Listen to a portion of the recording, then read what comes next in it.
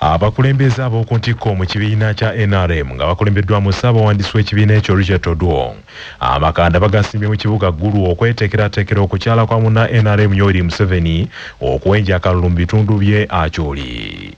Richard Odwong asiibye n'abamu ku bakakiiko akanoonyeza Pulezidenti Museveni akalulu mu bbendobendo lya Acholi n'okukomekereza ebinaakolebwanga ssentebe w'ekibiina kyabwe atuuseeyo. Richard Odwong yegattiddwako akulira ebyensimbi n'enzirukanya emirimu mu NRM Hajat Madina Naham Ojale ng'era babadde bakkaanya ku bifo NRM egenda okuba enkuŋŋaana zaayo. Amyuka ssentebe w'NRM mu bbendobendo ly'obukiikakkono bwa Uganda Dennis Samson Obuwa mu kusooka yasabye abakulembeze mu bbendobendo eryo bakuyege abalonzi okulonda Pulezidenti Museveni waakiri n'ebitundu nti 9 ku buli 100.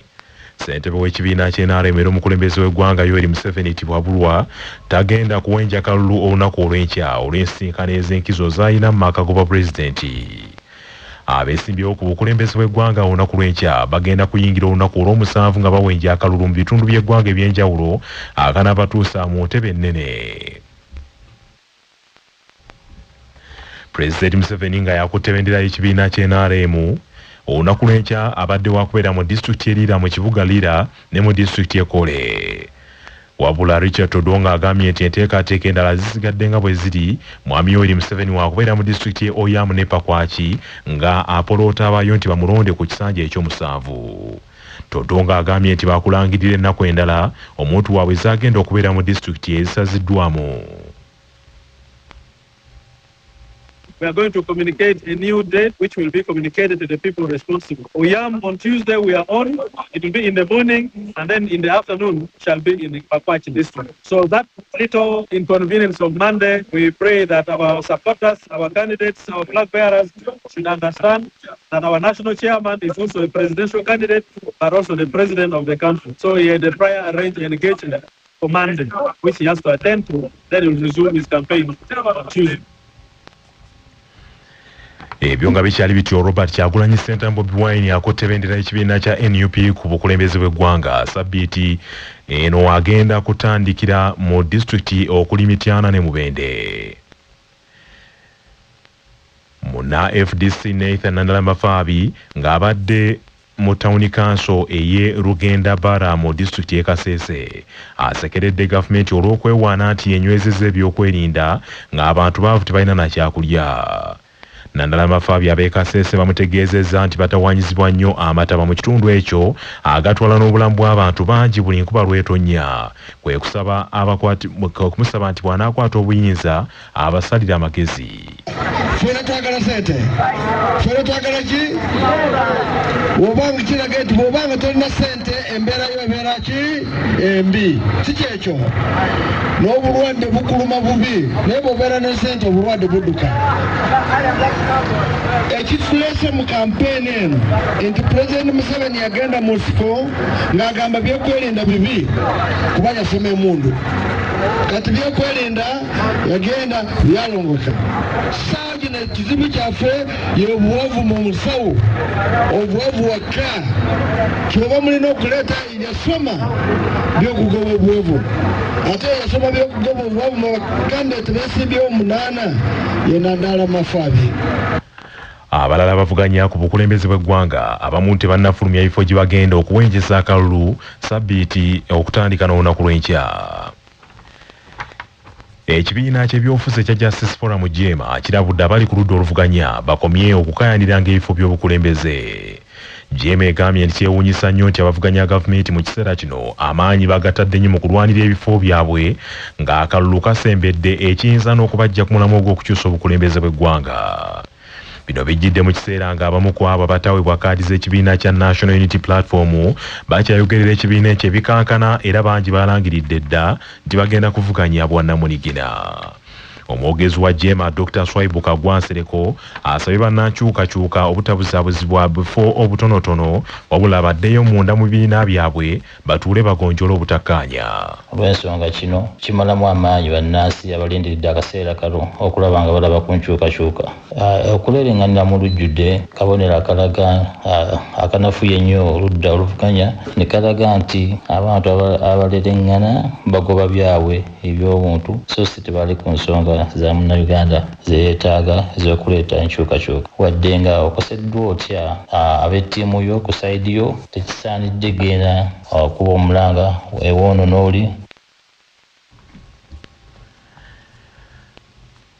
Ng'abasomesa abawerako abasomesa amasomo ga arts bakyali mu keediimo.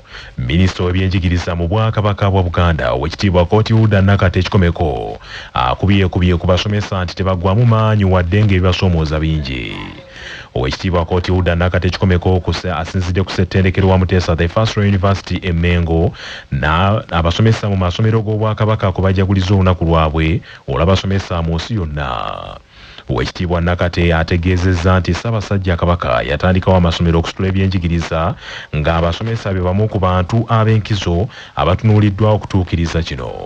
Naye ate era wekituukidde nga tulinayo okusoomoza mu ggwanga bannaffe abamu bali mu kwediima kaakati tebasomesa. Ekyo kino tukwatako ennyo naye ate naffe wano kitukoze bulungi si byakusanyuka nnyo naye tufunye omusomo ogutulaga tulina okubeeramu eggumba ate eryongera Buganda mu maaso ate ne twebaza nnyo Ssaabasajja ffe temulimu alina bugugungo bwonna kitegeeza nti gavumenti kyetakoze obwenkanya Ssaabasajja ye mwenkanya ffe wano aba science ne arts tebatuwa ensimbi zaffe.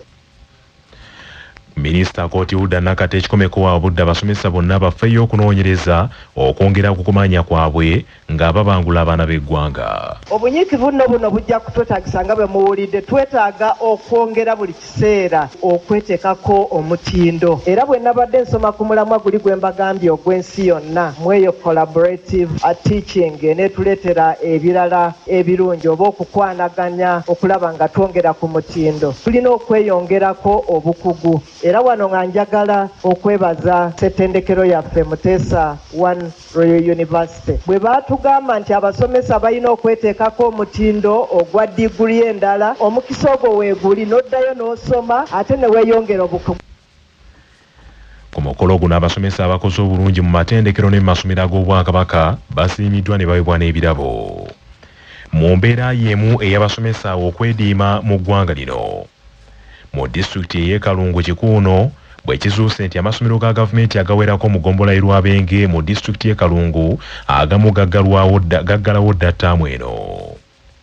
Embeera eno etabudde ssentebe w'eggombolola eyo David Segawa n'ennyamira nti embeera eri bw'eti eyongedde okubeeraliikiriza kubanga ejjidde mu kiseera ng'abayizi b'ekibiina ekyomusanvu babulayo nnaku ntono nnyo okutandika ebibuuzo eby'akamalirizo. Ssentebe David Segawa Balemeeza agambye nti abasomesa okugaana okusomesa abaana b'eggwanga kya butemu nnyo kubanga bo abali mu masomero ag'obwannannyini basoma ate ng'ebibuuzo bagenda kutuula bibimu. Kukalakasa kugendera ddala mu maaso kubanga bw'otunuulira amasomero agasinga obungi kati wano Kigaju Primary School, St. Joseph Kigaju Primary School isanga mu kagwe Bugomola bali gali ddala completely. Bw'ogenda Ekyato waggale, bw'ogenda Ennunda waggale, amasomero ebitundu ebisinga gonna gaggaddewo. Amasomero matono nnyo nga St. Joseph Kigaju eri Ekiraga wali Muslim nga kino ni agasomesa matono ddala ate n'agasomesa olabira ddala nga abamu tebali mu mutima mutuufu gusomesa abasomesa bennyise emitima ate kyenyamize nnyo nti abaana bagenda kutula ebigezo nga 3 ne 4 ennaku ezi bagenda kutulamu ebigezo bya 7 kati bagenda kuwandika ki ku mpapula kubanga aba private bennyini basoma kyekimu era bagenda kutula ebigezo bye bimu. Ate abasomesa n'abazadde ku ssomero lya gavumenti lya Busoga Primary School n'erya St. Vincent Primary Schools Essebijja ekyamulibwa mu disitulikiti y'e Kalungu babugaanya akaseko ku matama munnamateeka Ssemakula Ismail Sajja bwadduukiridde amasomero ago n'amabaati seminti n'ebirala olw'okutumbula amasomero ago.